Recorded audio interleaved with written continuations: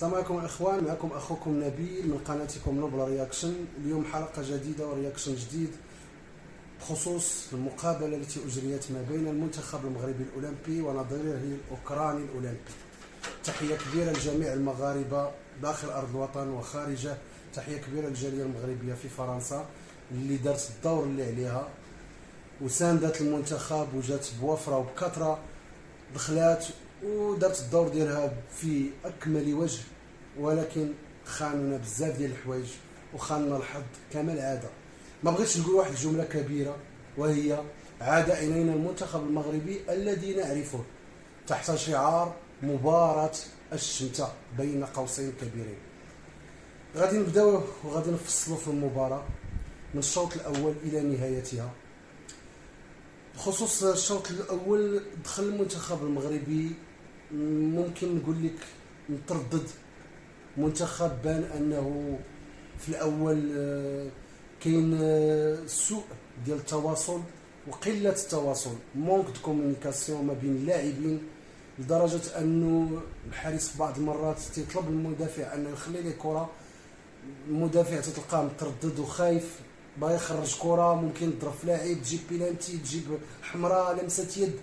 لعبنا كاع هادشي كامل شفناه في المقابله، شفنا فيها الفصول الاربعه كما قلت في الحلقه السابقه، عشنا الفصول الاربعه. هادشي باش قلت لكم الاخوان المشاعر وسط المقابله راه ما بين المد والجزر. ها نتايا طالع لك النيفو، ها نتايا المورال طالع لك، ها هو نازل لك المورال، ها انت معصب، ها انت فرحان. هادشي كامل عشناه في المقابله. الهدف الاول جا بواحد الطريقه ممكن نقول لكم في خضم هذه المشاكل كلها اللي عاشها المنتخب في هذا الماتش هذا، لانه عشنا فترات مزيانه وعشنا فترات كئيبه، عشنا اخطاء، عشنا كبوات. مازال تنهضروا هنا. ممكن نقول لكم بانه ابتداء من هذه المقابله بانت واش كاينه اللمسه ديال المدرب ولا ما كايناش. مازال في المقابله ديال الارجنتين كنا جرينتا، كنا لاعبين بروح بشراسه، جبنا حقنا انتزعناه.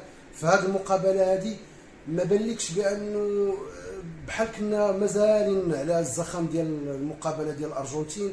درنا اخطاء كثيره ودفعنا ثمنها كبير جدا، لدرجه انه غادي يخليك هذه المقابله غادي تخلينا اننا نلعبوا الكل في المقابله الجايه ضد المنتخب العراقي الاولمبي اللي هو منتخب ما عنده ما يخسر، عنده مشاكل ولكن ما عنده ما يخسر. وحتى واحد في المنتخبات اللي عندها 3 نقاط لكل منتخب في هذه المجموعه هذه ما عنده ما يخسر، لانه ممكن ينتظروا سيناريوهات ديال انه يدوز منتخب اوكرانيا مع العراق وما يدوزش المغرب والارجنتين، ممكن يدوز المغرب والعراق، تدوز المغرب واوكرانيا، تدوز اوكرانيا والارجنتين. جميع السيناريوهات مفتوحه في هذه المجموعه هذه اللي هي مجموعه الموت صراحه. الهدف الاول هنا بزاف ديال الناس ممكن يقول لي شديتي اللاعب الزلزولي وحكرتي عليه بزاف، هضرتي عليه بزاف، ولكن انا تنخلي لكم الراي في التعليقات. اللاعب الزلزولي مع كامل احتراماتي واكررها دائما، لاعب اللي خرج من لاماسيا مدرسه البارسا ومشى لبيتيس وتيدير هذا اللعب هذا، مع كامل احتراماتي يا اخي الزلزولي ما عرفتش الناس تطور وانت ترجع للوراء، لدرجه انه التاثير ديال الزلزولي كان على المنتخب كامل. تيبان لك المنتخب انه ينام في بعض اللحظات ويسهو في بعض اللحظات، تنكونوا مطلعين النيفو شويه، النيفو تيهبط بخطا فردي ديال لاعب او لاعبين وتيتمارك عليك بيت، يعني كاع داكشي اللي بنيتيه تتريبو في 2 أو 3 ثواني. الهدف الاول بسبب اللاعب الزلزولي، ما غاديش نقولوا حكيمي، لانه حكيمي كانوا معاه 2 ديال المهاجمين ما عندوش كيفاش يدير. الزلزولي تقطعت ليه الكره، لقى حكيمي راسو قدام 2 ديال اللاعبين، اختار اللاعب اللي غادي الوسط، خلى اللاعب اللي على الجناح تعطى الكره تمارك الهدف. يتحمل الهدف كاملا، مسؤوليته كامله اللاعب الزلزولي. وسط الميدان ديال المنتخب المغربي ما كانش. غادي نرجع عاوتاني الحلقه اللي فات قلت واحد الجمله واضحه وكبيره، ما جاوناش لعابه بسبب الانديه اللي رفضت انها تسرح الالعاب الاولمبيه اللي هي غير معترف بها من الفيفا، ولكن على الاقل كان ممكن دير بعض اللمسات ودير بعض الاجتهادات تخلي انه العزوزي ما يلعبش 4-5. العزوزي ليس بوسط دفاعي، العزوزي يعاونك حدا ريتشارلسون في الوسط، وسط الميدان اللي كان عندنا في الشوط الاول خاوي فاضي. لذلك العزوزي خاصو يلعب حدا ريتشارلسون ودخل ليا النقاش وخليه ثابت في مركز 4 5 يبقى ثابت. داكشي تيتخدم في التدريب. العزوزي علاش ما تنستافدوش فيه للامام؟ العزوزي لازم نستافدوا به للامام، يعني في الوسط تيعاونك هجوميا احسن ما يعاونك دفاعيا، لانه كما شفنا بالزربه العزوزي ممكن تقلبه. العزوزي راه مهاجم احسن من هذه الجوده ديال المهاجمين ديال اوكرانيا اللي ممكن نقول لكم رقم 11 هو اللي كان خطير فيهم بشده لانه عنده فنيات. كانوا جوج لعابه ولا ثلاثه لعابه بحال هذاك اللاعب الاوكراني رقم 11 كان يتسجل علينا بزاف ديال الاهداف، ماشي غير هدف ولا جوج ولا هدفين، كان يتمارك اكثر، يعني الثالث والرابع، لانه العزوزي ماشي لاعب لان اللي يوقف لك كصخره دفاعيه. بخصوص المنتخب الاوكراني، المنتخب الاوكراني كان غائب على المقابله. ممكن نقولوا في الشوط الاول كنا مازال تندخلوا في الماتش كما العاده. المنتخب المغربي بحال تقول راه خدام مازوط، ما تيتحرك حتى مازوط في اوقات الشتوى. شي سياره قديمه ديال الثمانينات غادي تخدمها في اوقات الشتوى، يعني الثلج والبرد باش تسخن هذيك الطوموبيله مازوط خاصها واحد الوقت. هذا هو المنتخب المغربي مع كامل احتراماتي، ولكن خصني نهضر بواحد الدارجه اللي هي ديال ولاد الشعب باش يفهموني بزاف ديال الناس اللي تيفهموا في الكره. المنتخب عندنا الشوط الاول كان ناقص جدا، كانت اخطاء. المنتخب كان تيقلب على الروح ديالو وتيقلب على الهويه ديالو.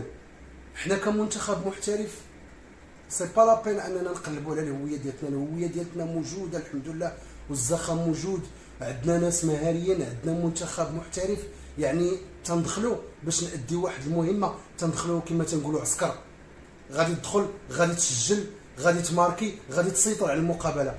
ماشي تندخلوا عاد ندرسوا الخصم راه شفناه في الفيديوهات، شفناه قبل المقابله، شفناه ضد العراق، شفناه في الماتشات اللي لعب الوديين ديالو، يعني حنا عارفين معنا غادي نلعبوا، ولكن تندخلوا في الاول بحال مترددين مخلوعين، باغيين نشوفوا هذا المنتخب شنو باغي يدير، شنو ناوي. لا، حنا تندخلوا شنو بغينا حنا، داكشي اللي بغينا حنا غادي نديروه على ارض الواقع. حنا اللي غنسيطروا، حنا اللي غنسجلوا. كما قلنا المنتخب الاوكراني لاعب على الكرات المرتده في اغلبيه المقابله، لاعب على الكرات المرتده او الكرات الطويله خلف ظهر المدافعين المغاربه، لانه المدرب الاوكراني هنا بان لك بانه فهم بانه عندنا مشكل في الدفاع ديال المنتخب ديالنا، ارتأى انه يلعب على مرتدات كما لعبنا حنا اللي لعبنا في كاس العالم المنتخب الكبير لعبوه هما ضدنا. وهذا المشكل غادي يبقى عندنا حتى مع الفئات الاخرى في المنتخبات المغربيه، لا الشبان لا الاولمبي غادي نعانيو منه دائما. المنتخبات الاخرى دائما عندما تسمع انها تلعب ضد المنتخب المغربي غادي تلعب لك اللعب اللي لعبتي انت في قطر، وغادي دير عليك مرتدات او كرات طويله باش تسجل عليك. يعني خص يكون عندك دفاع صلب واقف بالدارجه، واقف. ما كانش عندنا دفاع واقف، كان عندنا دفاع تيتلعب عليه الاندوات والكرات البينيه القصيره صافي تيتلف وراء ظهر تمريره وراء ظهر مدافع مغربي تسجل الهدف. وهادشي اللي شفنا في الهدف الثاني ديال المنتخب الاوكراني، جاء بطريقه ساذجه جعلت ان الناس هذيك الفرحه وواخا تنزقلوا خلات الناس انه تتقول عاد الينا المنتخب المغربي الذي نعرفه. للاسف غندويو على نقطه اخرى، الفرديات. عندنا مشكل كبير الاخوان انه اللاعب المغربي سواء هاوي او محترف تينسى راسو في الفرديات وتتقطع عليه الكره وتترجع مرتده وتيتسجل علينا. كنا غير عندنا دفاع اللي واقف غادي نقولوا ممكن انه واخا دير فرديات كاين وراك واحد اللاعب ولا لاعبين اللي غادي يقطعوا ديك الكره. حنايا تتمشي لنا الكره تترجع مرتده، الدفاع خاوي، تنساو راسنا بانه ما عندناش دفاع مزيان. وهذا الدور ديال المدرب والمساعد ديالو والعامل النفسي والناس اللي واقفين على العامل النفسي. تتقطع الكره تتمشي كونتر اتاك، هجمه مرتده تتسجل علينا بسذاجه، مع العلم انه اللاعبين هما براسهم عارفين بانه ما عندناش دفاع. لذلك الفرديات ما خداماش، كل لعبنا غير اللعب ديال دقه دقه، تمريرات قصيره بينيه، كنا غنسجلوا اكثر وكون ركزنا اكثر لانه جاتنا الفرص كثيره دائما عاوتاني المنتخب المغربي عنده مشكل كبير وعويص اللي هو تجيك 10 الفرص تسجل منهم وحده ولا ممكن ما تسجلش كاع. راه الفرص خصنا نستغلوهم كما قلت في الحلقه السابقه. انصاف الفرص الا ما استغليتيهمش راه يتسجل عليك كي غاط اونكيس، معروفه هذا المثل هذا معروف. ضيعناه تسجل علينا. اخوماش اللاعب اخوماش،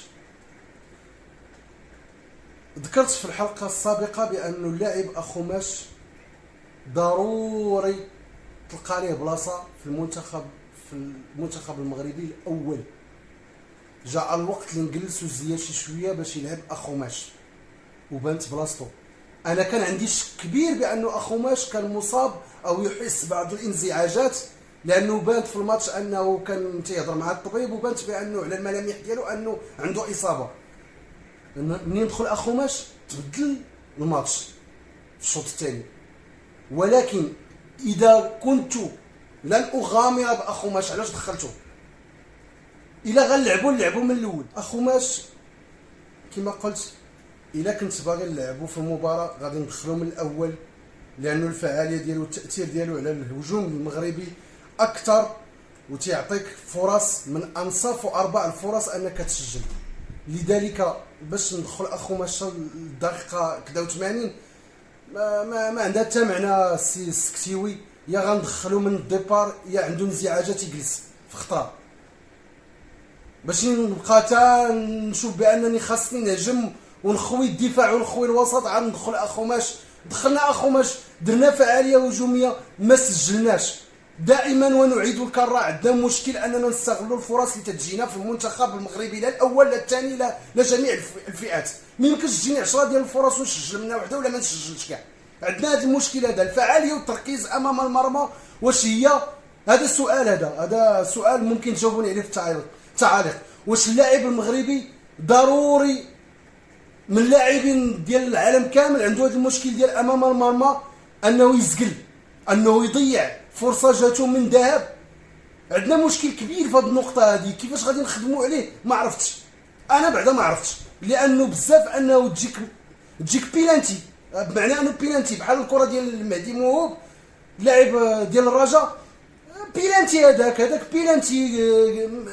كاينين الناس غايقول لك ما عنده ما يدير لها، راه فرابا ضربها ولكن كادري لي هذيك الكره، ضرب في السماء، ضرب لتحت، دير شي حاجه. ماشي اي كره حنا تجينا عند واحد راسو راس الجول خاص يضربها في يدين الحارس. عرفنا بان الحارس ديال اوكرانيا كان جيد جدا ممتاز جدا، ولكن ماشي كره ولا جوج، ولا تنهضر على بزاف ديال الكره. دخول اخوماش في الدقيقه 82 على ما اظن، غير التصحيح، دار دور كبير، حرك لنا الجهه اليمنى قدام حكيمي، مساعدات نيت حكيمي، بينيات، اندوات، ولكن ما استغليناش. مازال غادي ندوي على النقطه ديال الزلزولي منين تيتبادل مع الياس بن الصغير. الياس بن الصغير لاعب جيد جدا، ولكن ما كاينش شي لعابه اللي يكون حداهم لعاب يعاونوا يفهموا. قبل الهدف اللي تسجل على الارجنتين مخدوم هذاك الهدف، الخنوس بالكعب عطى اخوماش بالكعب الخنوس، خنوس عارف بانه رحيمي كاين في هذيك البلاصه، عطاه سجل. هاد الكرات هو اللي تيحتاج المنتخب المغربي، انه ماشي ضروري نشوف فيك في عينيك ولا نقول لك ولا نهضر معاك باس في وسط الميدان عاد تفهمني شنو خصني ندير ولا شنو بغيت. راه داكشي تيكون مخدوم في التدريب. في هذا الماتش هذا ما شناش هادشي، ما شناش. ما عرف حنايا تنربحوا الماتش اللي من موراه تنجيو فرحانين ناشطين وتنساو رواحنا. سؤال الجماهير المغربيه شنو تيبان لكم نتوما في هذه النقطه هذه؟ انا ما فهمتش، لانه تنهضر دابا بواحد الحسره شمته انه هذا الماتش هذا شمت المنتخب المغربي ولا شمت راسو. وممكن نقول كاع حنا سجلنا على راسنا، حنا عطينا فرصه للخصم انه يسجل علينا. يعني سجلتي على راسك، داكشي كاع اللي بنيتي ريبتيه في دقائق معدوده. الهدف اللي تسجل علينا باش نكونوا واضحين وبكل امانه، الكره تقطعات الحكيمي، وهذه تنقولوا الكره الشيطاء او الكره الزائده. زدنا بزاف تمريرات، وصلنا لدرجه انه لاعب تساطح مع لاعب مغربي نيت ماشي بعيد عليه، شي داخل في شي، وقعت واحد النرفازه، واحد مونك كومونيكاسيون، عدم التواصل ما بين اللعابه، شي تيشرق شي تيغرب، خلوطه بالدارجه المغربيه. قطعت الكره الحكيمي، رجعات تسجل علينا، باش تسجل علينا. الغريب في الامر انه الدفاع رجع ان دو كره بينيه بين جوج لعابه، سجل هذاك اللاعب. انا دابا متاكد من هذاك اللاعب ما كانش يظن ولا بجزء من 100 ان الكره غادي توصلو وغادي يسجل هذاك الهدف بهذيك الطريقه الغريبه جدا. هذه الطريقه باش نهضر غير حرقه على المنتخب المغربي اللي للاسف يعود لنا المنتخب المغربي الذي نعرفه دائما في الفترات اللي انت تكون زاهيه عندك، يعني تتكون المعنويات طالعه، شويه تلقى معنوياتك هبطت للحضيض. خصوص ضربات الجزاء لصالح المنتخب المغربي لا غبار عليها، وورقه حمراء لا غبار عليها بدون العوده للفار. ما فهمتش انا علاش شي حكام تيبغي حتى هو يدير اللمسه ديالته ويبين بانه راه حكم وراه كاين وخص دار عليه الكاميرات ويتصور حتى هو ويبان. ما فهمتش. كره حمراء اخر مدافع عرقل اللاعب حكيمي غتعطيه حمراء بدون العوده للفار، وهذوك التمثيليات وهذوك التصاور ما فهمتش. اللاعب ترغالين، حيت بزاف ديال الناس تيسحبوا راه تيرغالين، هو راه ترغالين. الخنوس داروا ادوار ديال الكبار، المحترفين الكبار. الخنوس لاعب جيد جدا، عندي بعض التحفظات كانت من قبل، ولكن حاليا على الاقل الخنوس غادي ستابل في المستوى ديالو، ماشي بحال الزلزولي اللي دار الشيت وطاح. ما فهمتش. ترغالين تبارك الله عليه، كيشطا تبارك الله عليه، جميع اللاعبين الاخرين بدرجات متفاوته. انتم عارفين بانه عندي تحفظات كبيره على الزلزولي. ما غاديش نقول بانه راه بغيت نحكر عليه ولا بغيت نكثر عليه، ولكن لكم عندكم رايكم، ممكن تكتبوه لنا في التعاليق. انتم راه شايفين الماتش وشايفين شنو وقع، راه غادي تفهموا شنو كاين. اوكرانيا كانت شبه غائبه في الشوط الثاني. الهدف اللي جاب سذاجه هو اللي بانت فيه اوكرانيا فقط. كما قلنا، الى ما عالجناش الفعاليه امام المرمى والفرص اللي تتاح للمنتخب المغربي ديالنا، راه ما غنديروا والو الاخوان، ما غنديروا والو. لانه ملي غادي تدوز الادوار الجايه وغادي تلاقى مع اسبانيا ومنتخبات اخرى كبيره، راه هاد الاخطاء الا درتيهم غادي يستغلوك منها وغادي يشدوك منها وغادي يضربوك بربعه وبثلاثه وبسته عادي جدا. يعني يا غيكون عندنا منتخب واقف من الدفاع للوسط للهجوم، يا بلاش بهذا المعنى هذا. المنتخب الاوكراني كان غائب او شبه غائب في الشوط الثاني، لدرجه انه شفناه في لقطه وحده اللي هي لقطه الهدف اللي تسجل علينا، لقطه الانتصار للمنتخب الاوكراني فقط، وكان بكره مرتده ساذجه جدا. هذه النقطه هذه ارتأيت انني نكررها لانه الخدمه تتبدا من هذه اللقطه اللي وقعت. بالنسبه لمشكله المنتخب المغربي، ونعيدها ونكررها، الفعاليه امام مرمى الخصم. اذا ما كانتش فعاليه من انصاف الفرص، راه ما عمر غيكون عندك منتخب ولا غادي يمشي بعيد في التظاهرات وفي البطولات العالميه.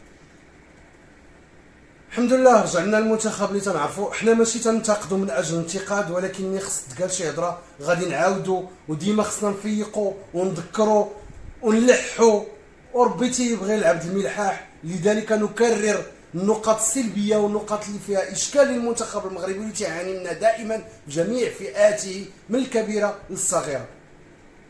بالنسبه للقطه ديال السي رحيمي لاعب جميل جدا كما قلت في الحلقه السابقه، بغيت نشوفه في اوروبا، ولكن اخويا ركز معنا شي شويه.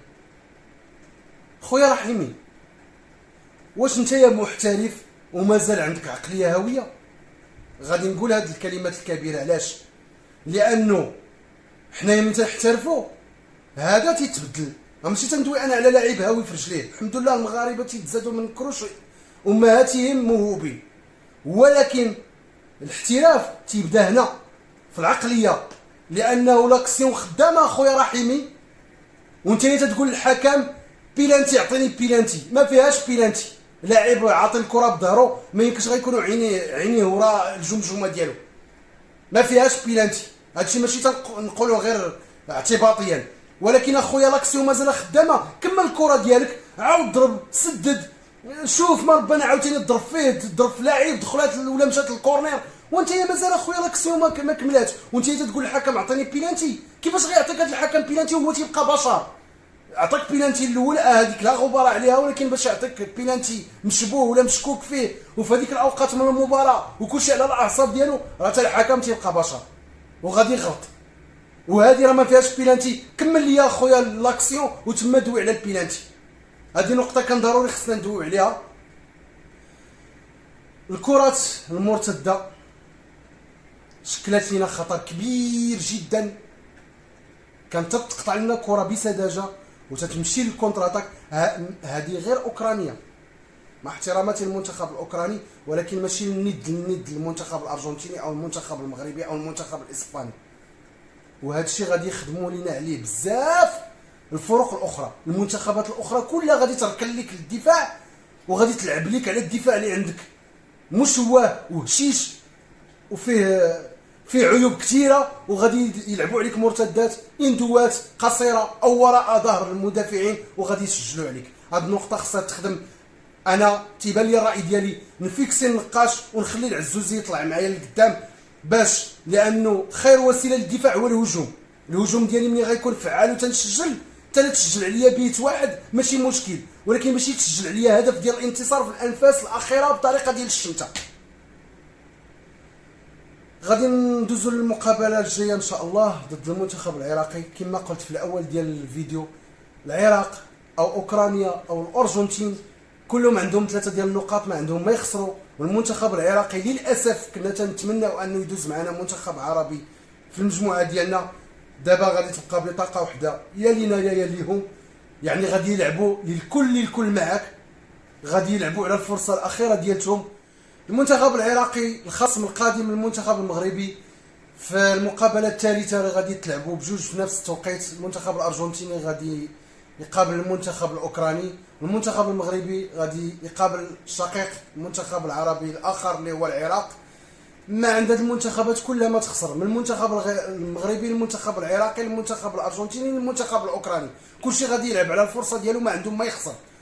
منين تندويو على ما عنده ما يخسر تندويو اكثر على المنتخب العراقي، لانه غادي تلعب عليك واحد الماتش وانت غتكون تحت الضغط، لانك اسمك المنتخب المغربي اللي مازال ما لقيتيش الهويه ديالك كمنتخب مغربي مليء بالمحترفين والناس اللي عندهم مهاريات وناس اللي شاربين الكره وواكلينها.